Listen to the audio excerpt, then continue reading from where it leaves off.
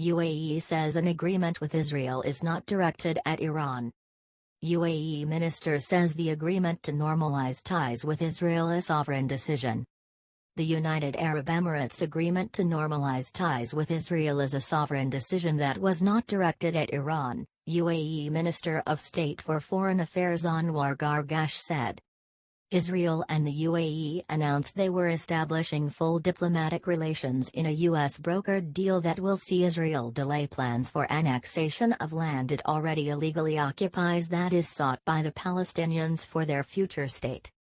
The UAE-Israeli peace treaty is a sovereign decision not directed at Iran. We say this and repeat it.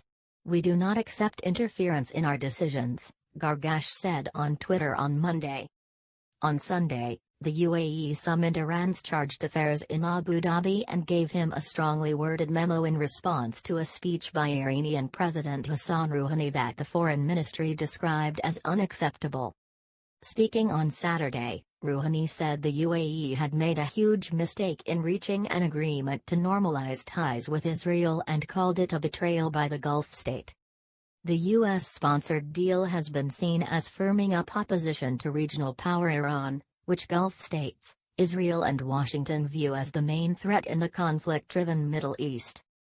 On Sunday, the Secretary-General of the six-member Gulf Cooperation Council condemned threats by Rouhani and other Iranian officials towards the UAE over the accord.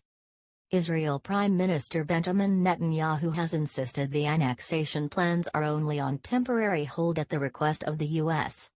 On Sunday, Israel's intelligence minister Eli Cohen told Darmi Radio that Bahrain and Oman could be the next Gulf countries to follow the UAE in formalizing ties with Israel. Israel signed peace agreements with Egypt in 1979 and Jordan in 1994.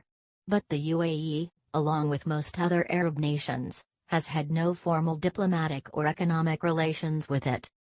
Oman maintains friendly ties with the U.S. and Iran and has previously been a go-between for the two feuding countries.